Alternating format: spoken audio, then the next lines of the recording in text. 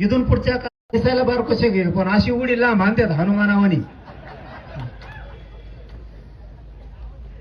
इथून पुढच्या काळात आपल्याला दलित असतील, मुस्लिम असतील, मराठी असतील, आपण एक जीवन जर राहिलं तर आपण आपल्या समाजाचं लेकराचं कल्याण करू शकतो. सावध व्हा. बोलून नाही चालत, कृती करावी लागते. जशी मराठ्यांनी यावेळेस कृती केली. न पडणारे पडले. ज्याला 3 लाखाने निवडून आलेला होता, निवडून त्याचे ते 3 गेले, हे खाली 3 आला, 6 लाखाने गेला. मराठीची ताकद येते. त्याला जर जॉईंट दलित मुस्लिमाचं मिळालं ना, गोरगरीब मुस्लिमाचं, दलिताचं, मराठ्यांचं कल्याण होईल. बंजारा समाज आहे त्याचं कल्याण होईल. मायक्रो ओबीसी आहे त्याचं कल्याण होईल. यांचंच होऊन दिलेलं नाही 2-3 जणांनी. फक्त सगळ्या दुनियाचं त्यांनाच खायला लागत 2-3 जणांना. ते येवल्याचे एक कोणाचं आरक्षण खातं, येरी खातं, घरकुलं खातं. आता नाकाचा चटना टकोर लवितो उलटा वर. ती एकण्या तिकडेच हिंडतोय. आता बोला ना, काय व्हायना काय व्हायना. कमून गप झालाय 5-7 महिन्यापासून काही मिळत लागा ना.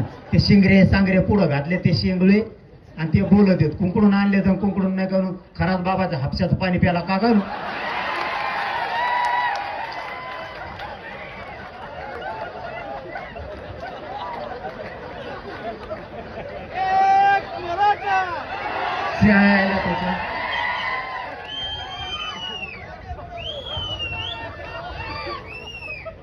उठलं सुटलं का आरक्षणाचा विरोध करेल, उठलं सुटलं का आरक्षणाला विरोध करेल.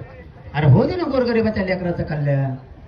काय करायचं. तू केवढ्या मोठ्या पदावरती आहे, किती उच्च माणूस आहे, किती मोठ्या ताकदीचा माणूस आहे.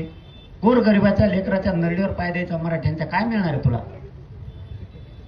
मिळू दे की, मिळू दे गोरगरिबाला. धनगर लागते त्याला फक्त धनगर बांधावचे लोक मतदानापुरते. एसटीतून आरक्षण द्यायचं म्हणलं त्याच्या तोंडाला काडी लागल्यासारखी होती. म्हण ना धनगराला एसटीतून आरक्षण द्या. मतदान लागतं का फक्त. हे मिळू देत नाहीत.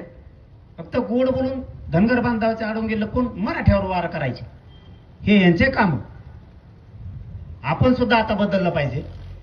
आपला कोण नाही विचारला पाहिजे. विश्वास संपादन आपण केला पाहिजे. आता बंजारा बांधव, मुस्लिम बांधव आरक्षण मागतोय, धनगर बांधव मागतो. मराठी ताकते नाहीत ना, काळजीच करू नका.